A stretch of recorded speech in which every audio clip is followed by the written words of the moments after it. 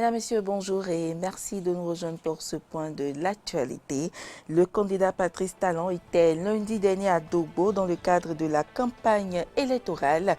Il a exposé aux populations les grands axes de son programme d'action pour les 5 prochaines années. Sortie médiatique du maire de la ville de Cotonou ce mardi, Luc Atropo est revenu sur les nombreux projets mis en œuvre par le gouvernement du président Patrice Talon au profit de la ville de Cotonou. Et puis, rencontre importante ce jour à Moscou, Vladimir Poutine reçoit le Premier ministre arménien Nikol Pachinian. Les deux hommes doivent discuter de l'agenda politique arménien alors que le pays traverse une profonde crise politique. Bienvenue à toutes et à tous. Bertin Korovi, ancien opposant au régime Talon, a animé une conférence de presse ce mardi 6 avril. Il a déclaré officiellement son soutien au président candidat. Suivez le compte rendu de Cano François Rumbeli-Rinton. Et Patrice Talon, dans un génie, les a poussés à valider sa tricherie et c'est devenu légal. L'ONU reconnaît cela, la CEDEAO reconnaît, l'Union africaine reconnaît, le Niger reconnaît, les États-Unis reconnaissent. Qui, moi, je suis Korovi pour dire que je ne le reconnais pas. Opposant au régime en place, Bertin Korovi, président de l'Alliance Iroko, a déclaré officiellement son soutien au président candidat Patrice Talon. C'était au cours d'un point de presse qu'il a animé avec à ses côtés des dignitaires et chefs de confession religieuse ce mardi à Cotonou. Pour le désormais opposant, la posture de l'actuel président se justifie par l'inactivité de l'opposition, ce qui lui a permis de se garantir une réélection.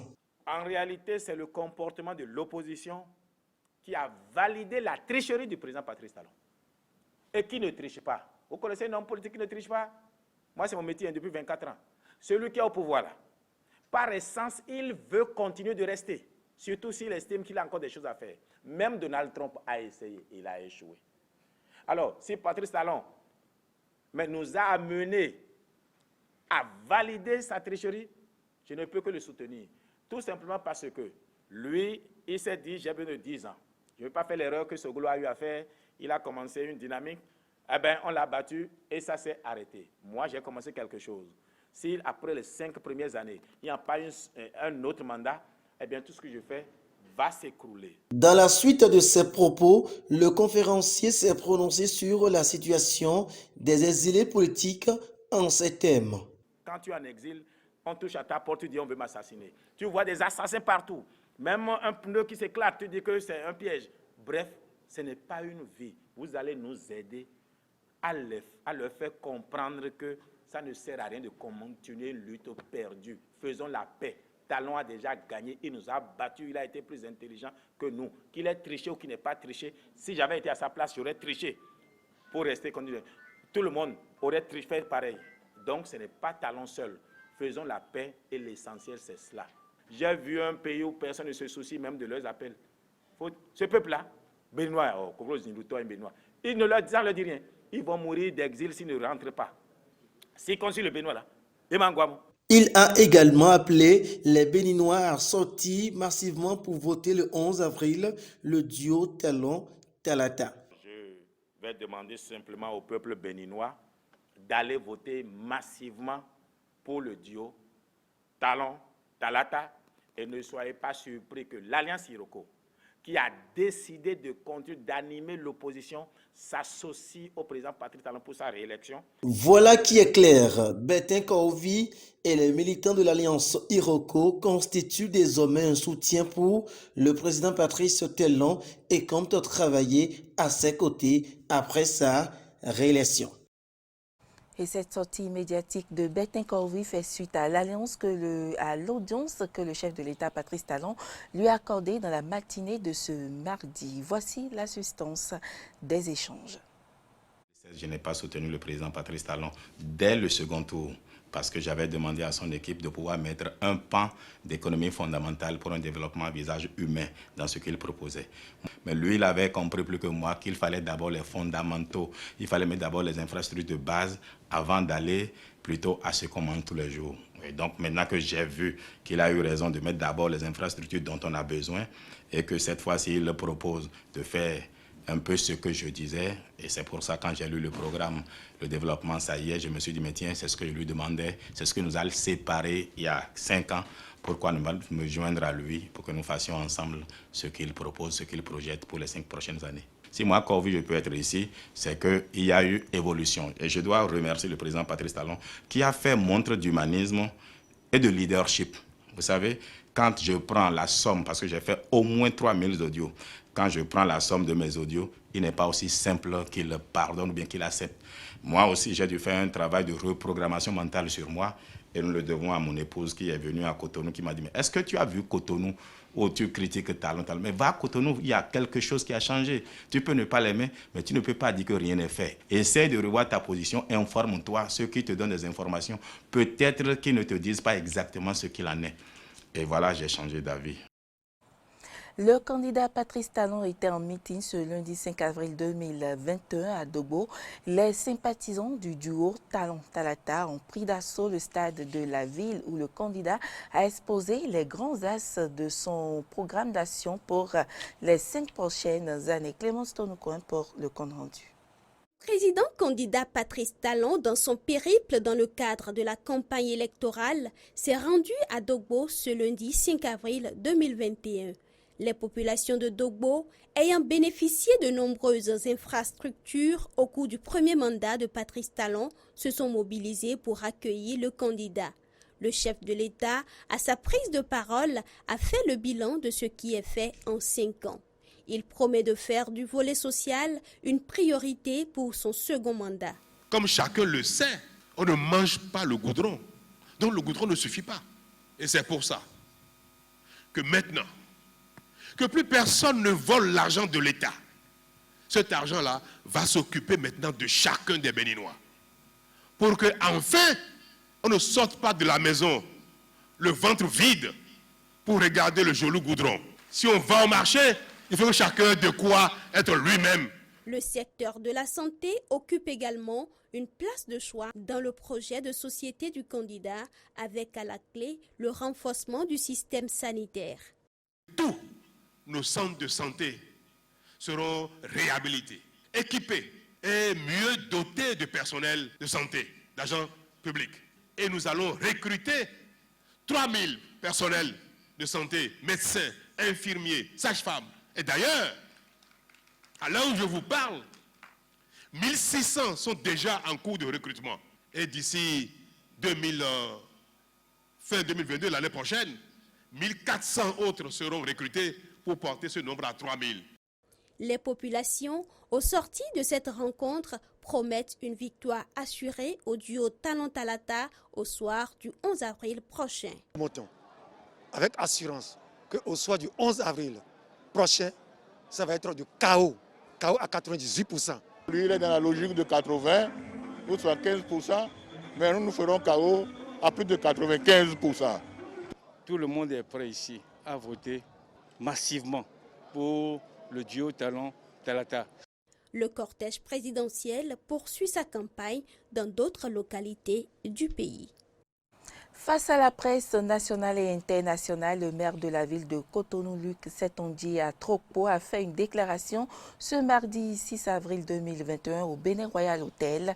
Une déclaration qui ressasse les nombreux projets mis en œuvre par le gouvernement du président Patrice Talon les 5 dernières années au profit de la ville de Cotonou et aussi ce qui est déjà prévu dans le programme d'action 2021-2026 du duo Talon-Talata. Moriago et Fiacre Voiton. Le maire Luc Atrokpo pour cette déclaration avait à ses côtés José Didier Tonato, ministre du cadre de vie et du développement durable. Selon le maire de Cotonou, la ville a bénéficié de réalisations concrètes pendant le quinquennat du président Patrice Talon. Nous pouvons citer entre autres réalisations la construction du boulevard de la Marina partant de l'aéroport à la direction de la Loterie nationale du Bénin, long de 5,16 km avec 550 mètres de bretelles et une prévision de bitume officielle de la statue de l'Amazone qui donnera un nouveau visage à la ville. L'asphaltage des rues de la ville de Cotonou sur 66 km. Le projet de gestion des eaux pluviales et résilience urbaine PAPC de 253 milliards de francs CFA. Un programme d'envergure pour la ville de Cotonou au regard de l'ampleur des inondations sur la ville. Luc Atrokpo est revenu sur certains points prévus par le duo Talon Talata dans son programme d'action. Le projet de contournement nord-est de Cotonou, qui comprend la construction du 4e pont de Cotonou sur le lac Nokoué et 40 km de voies pour décongestionner la ville. Par ailleurs, toujours dans le programme Talon Talata pour Cotonou, il y a le programme d'adaptation des villes au changement climatique PAVIC. Ce programme renforce le PAPC sur les questions de changement climatique. Au regard de ce qui a été réalisé par le président Patrice Talon et du programme d'action du duo Talon Talata, le maire Luc Atrokpo invite les populations à voter pour le duo. Il nous faut voir au-delà des clivages politiques et sortir massivement pour exercer légalement notre vote en faveur du duo Talon Talata, afin que la transformation de Cotonou par les grands projets se poursuive, que la dynamique continue avec le duo Talon Talata pour la continuité de la dynamique de développement de Cotonou, notre ville de cœur. Que nos vœux de victoire accompagnent le duo Talon Talata pour le développement du Bénin en général et de Cotonou en particulier. Selon le ministre José Didier Tonato, il s'agit d'un devoir de reconnaissance envers Patrice Talon. La seule chose, de mon point de vue, que nous devons au président Talon, c'est d'exprimer notre reconnaissance, d'exprimer notre gratitude et surtout de nous mobiliser pour que la dynamique ne s'arrête point.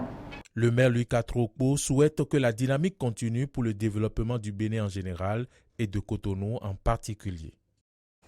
Actualité hors du continent, rencontre importante ce jour à Moscou. Vladimir Poutine reçoit le Premier ministre arménien Nikol Pachinian. Les deux hommes doivent discuter de l'agenda politique arménien alors que le pays traverse une profonde crise politique.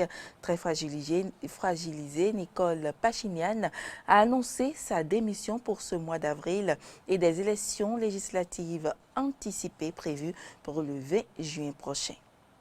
Le Premier ministre arménien se rend à Moscou afin de discuter principalement de questions de défense. En effet, Nikol Pachinian compte rééquiper l'armée arménienne qui a souffert de la comparaison avec l'armée azerbaïdjanaise lors du récent conflit entre les deux pays à propos du Haut-Karabakh. Et il sera bien évidemment aussi question de suivre les progrès accomplis dans cette région depuis le cessez-le-feu conclu en novembre dernier, en particulier dans le domaine des liens économiques et des liaisons de transport dans toute la zone du Caucase du Sud. L'Arménie, depuis l'accord de paix du 9 novembre, a perdu les 3/4 des territoires qu'elle contrôlait dans le Haut-Karabakh, ce qui a provoqué une grave crise politique et l'annonce d'élections législatives anticipées pour le mois de juin.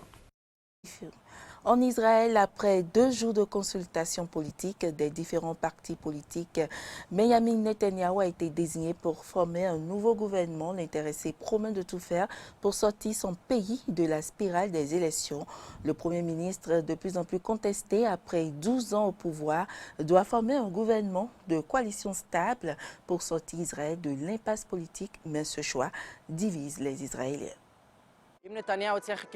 Si Benjamin Netanyahou réussit à former un gouvernement, ce dont je doute un peu à cause de tous les boycotts, mais si un gouvernement est formé, que ce soit par Netanyahou ou par un autre candidat, je pense qu'il ne tiendra pas. Nous sommes dans une situation où les gouvernements ne sont pas homogènes. Ils sont tellement dépendants d'éléments radicaux de droite et de gauche qu'ils ne peuvent pas cohabiter avec la même idéologie et la même politique. Et à mon grand regret, tôt ou tard, je pense que nous nous dirigerons vers une 5e élection. Lors des précédents tours, les gens étaient contre Netanyahou. Mais quoi qu'il fasse, il est élu encore et encore. Le problème, ce sont ces partis qui boycottent. C'est juste de la haine. S'il n'y avait pas cette haine, le Likoud aurait gagné avec 80% des voix. Mais que pouvons-nous faire quand il y a une telle guerre politique ? Je pense que tous les politiciens ont trop d'ego. Un tel ne veut pas travailler avec tel autre. Celui-là ne veut pas former un gouvernement avec celui-ci. Ils sont tous les uns contre les autres et c'est dommage car au final, nous voulons tous la même chose.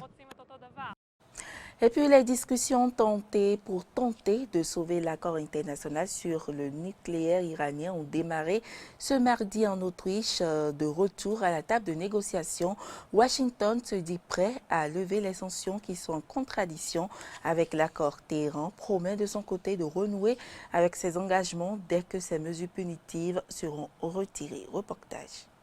Fructueuse et constructive, voilà comment Washington et Téhéran ont résumé leur première journée de discussion.